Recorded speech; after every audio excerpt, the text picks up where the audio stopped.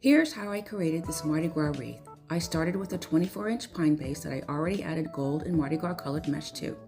You can find how I apply mesh in some of my other tutorials. I got the Mardi Gras mask and fleur-de-lis gems and ribbon from Craftex. All other attachments, picks, etc. came from Hobby Lobby. First, I start with where I want to position the focal point items. This will help me when I start to permanently glue each piece. Pay attention to the colors of the masks. I strategically selected adornments for this wreath based off of my focal point. Usually my focal point is one big centerpiece, but the masks were small enough to where I could add more eye-catching items such as these fleur-de-lis. Okay, LovegLew crew, why did I Google how to say fleur-de-lis? I don't think I've said that word as much as I have during the content of our Mardi Gras wreath tutorials. I'm gluing the mask, the fleur-de-lis, and the gem onto the wreath base. I thought the gem worked out nicely right in the center of it all. All items are light enough to be glued, no need for extra security like floral wire. Y'all, these fleur-de-lis are very, very lightweight. I used one in my other tutorial. You'll be able to see that one as well with the gold and black wreath that I made. Perfect for that wreath.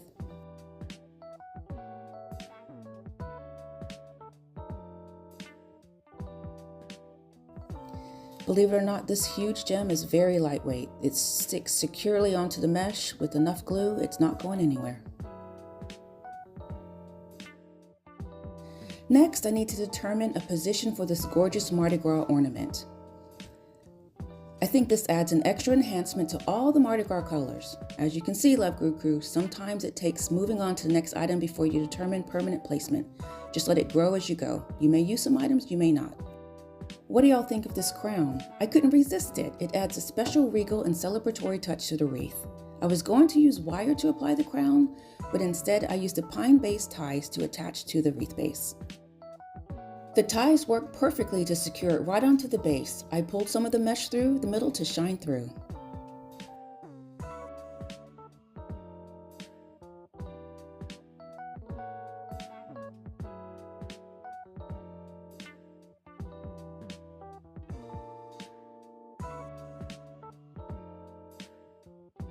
Now I'm positioning these smaller green and gold fleur-de-lis on opposite sides to give it the right balance.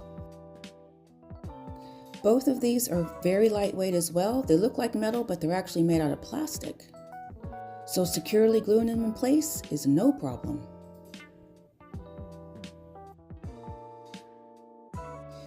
Now back to the ornament. Where do I want to put it? I think at the top will work perfect. Quick tip. I glued the cap at the top of the ornament that holds the hook. All y'all know that this piece always comes off sometimes when hanging ornaments on the tree. Gluing the cap secures it permanently to the top. I added floral wire to the hook and secured it to the wreath base.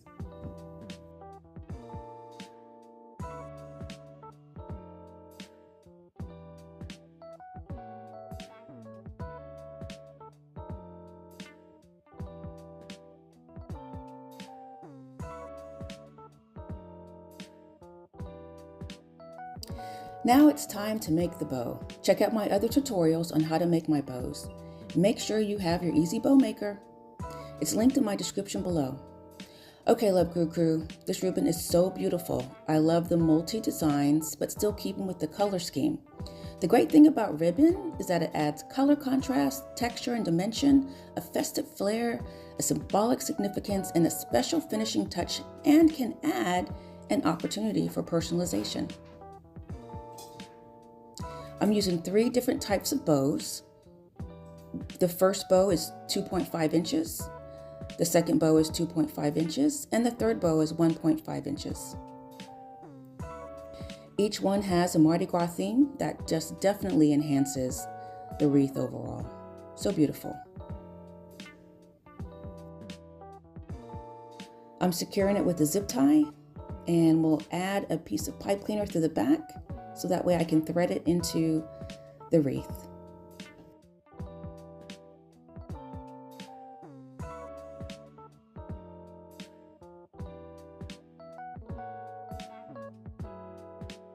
Don't forget to fluff out the loops and cut those dovetails.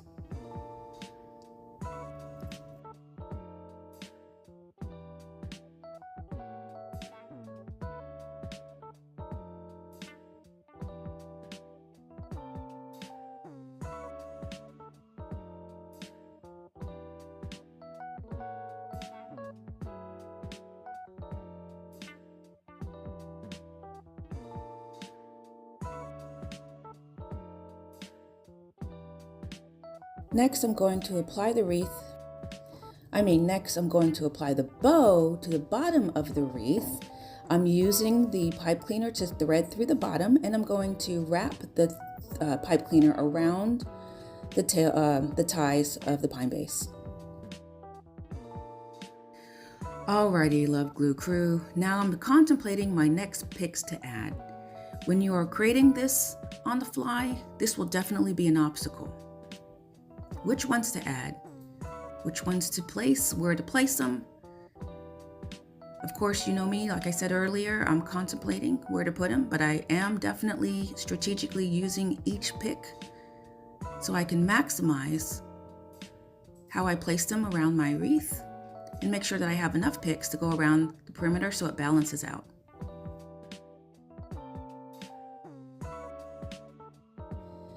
I don't glue them until I get them where I want them. Quick tip, bend the ends of your picks and add the glue. That U shape of the pick adds a little spoon and holds the glue better as you stick them into your wreath.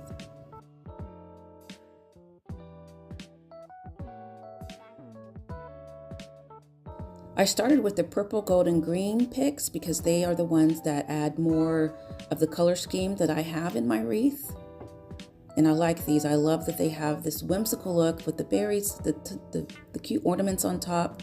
It has the mask, it has the little feet, the little masks, and the fleur-de-lis as well. So this one goes really, really well. Of course, I have other picks that I'm going to contemplate on which ones I want to add, but this was my first choice. Let's get that out the way and then work on adding some more enhanced types of picks.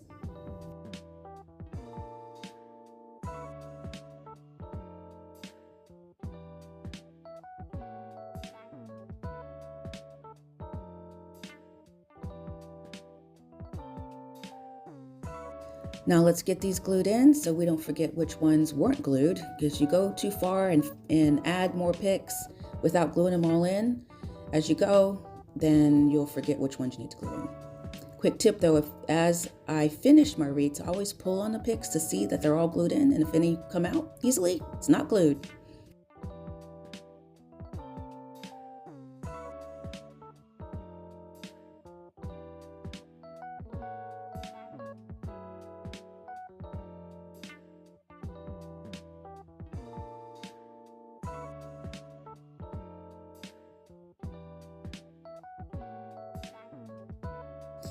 Y'all feel free to move your picks around, figure out where you want to place them. That's why I don't glue them first or glue them until I know exactly where I want it. As you can see, I'm really contemplating on where to put this one extra pick.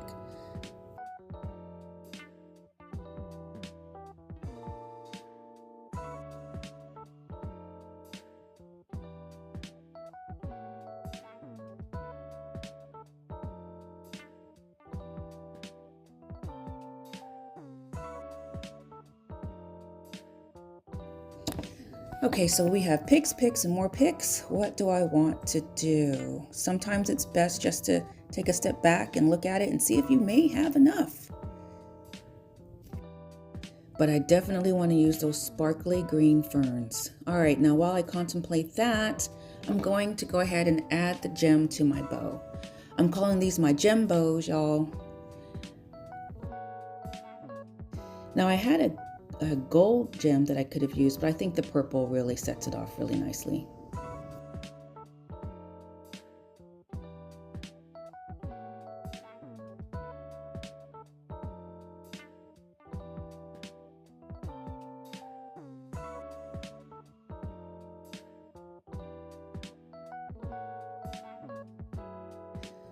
All right, moving on. So I decided I needed more ribbon for texture and dimension to help seal that finishing touch.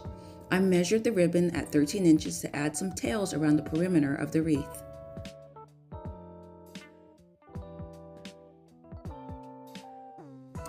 I also want to add a bow to the top right corner of the wreath to help spark that extra regal touch. The top bow does not have the gem, as it will be more tucked into the top, and you wouldn't be able to see the gem if I added one anyway.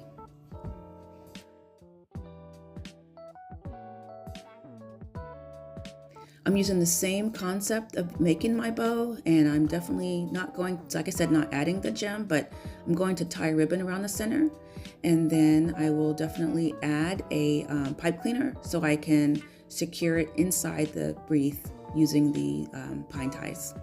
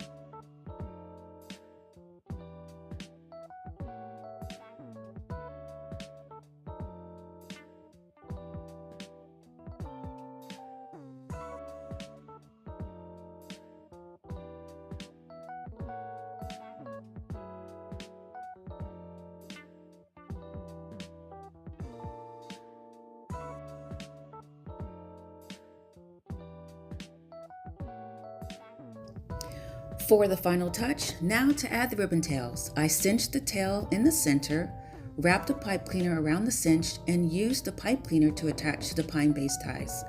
The tails just add the festive flair all around the wreath. That special attention to detail.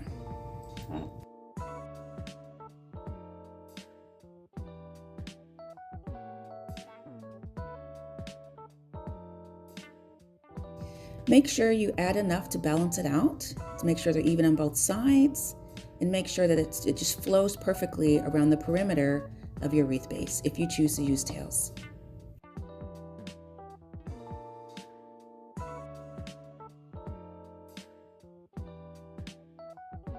Now I could have added more picks, you guys, you know me and my picks, but I decided to go ahead and use ribbon tails. And you could have also doubled up on the ribbon tails and had both or all three ribbon types for each tail.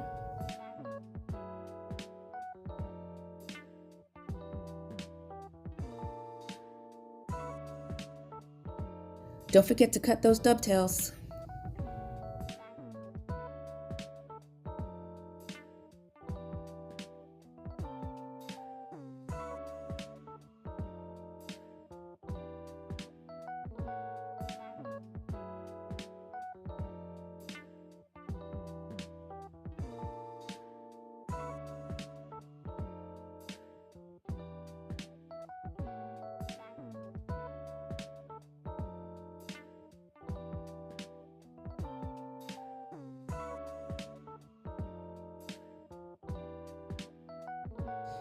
And finished. LovegLew crew, how'd it turn